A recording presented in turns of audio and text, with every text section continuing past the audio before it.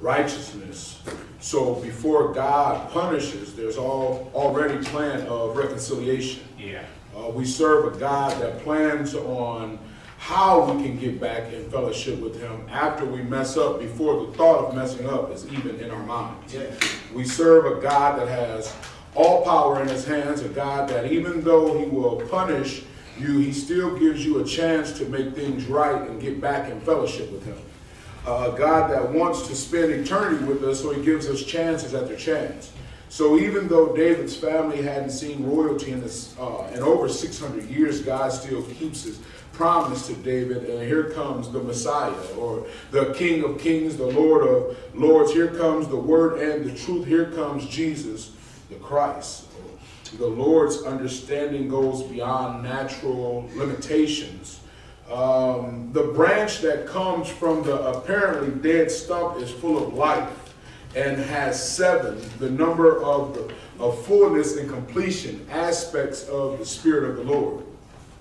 First, there's the spirit of wisdom, then understanding, then counsel, then might, then we have knowledge, and finally, we have the fear of the Lord. So this means that Jesus is perfectly wise in all things, not some, but of all things. He showed this before he was in the flesh when he created heaven and earth. If the sun was an inch closer, we would all burn up. But we can find comfort in knowing the very one that created the sun is perfectly wise, so everything is all right. Jesus doesn't just have wisdom, he is wisdom. Yeah. But then there is understanding. Jesus not only understands because he is creator of all, but the Bible tells us he was tempted as we were. So Jesus understands from experience. Then you have counsel, and who better to go to when you're in trouble or when you need advice? He is a counselor when you need to know what's right from wrong. Jesus knows the way because he is the way. Then we have might. Well, we know that on Friday, Jesus hung, bled, and died on the cross and went to hell in our place, but the record shows that the story didn't end there, because early Sunday morning, Jesus got up with all power in his hands. Then we have knowledge, because Jesus knows all. He knows you better than you know yourself. And lastly, we have fear of the Lord, which means Jesus willingly keeps himself in a place of submission, respect, and honor to God the Father. God's righteousness provides both protection and judgment. And since he is righteous, his judgment is not that of ours. He don't operate on judgment from outer appearance. Jesus knows you from inside and out. He knows your heart, so he's able to protect you from what the world thinks about you. God is faithful, and his righteousness brings peace between predator and prey.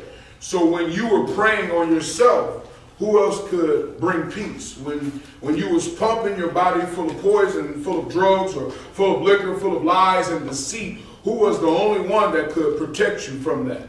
When you were laying down with multiple people and you was putting yourself in harm's way, who else but Jesus brought you peace? You couldn't do it alone, so you had to call on Jesus to take those things away from you. That was causing you to destroy self. So when you played the role of predator and prey, Jesus stepped in and his righteousness brought you peace. The Lord's righteousness is not limited by nationality. He doesn't care if you're black or white, brown or yellow, Muslim, Baptist, Kojic, Jew. As long as you can find it in your heart to believe in him, you're accepted. It reminds me of the story of the Samaritan woman. Jesus was leaving Judea and was headed to Galilee, and normally Jews would take a detour route and go around Samaria, but because Jews and Samaritans didn't get along. But Jesus didn't care who it was. He came to save souls. He came to break the power of sin. So he went straight through Samaria, and while he was there, he saved some folk. You see, it doesn't matter who you are. When Jesus makes a stop by in your life, there's going to be a change for the better. Amen. Amen. Amen.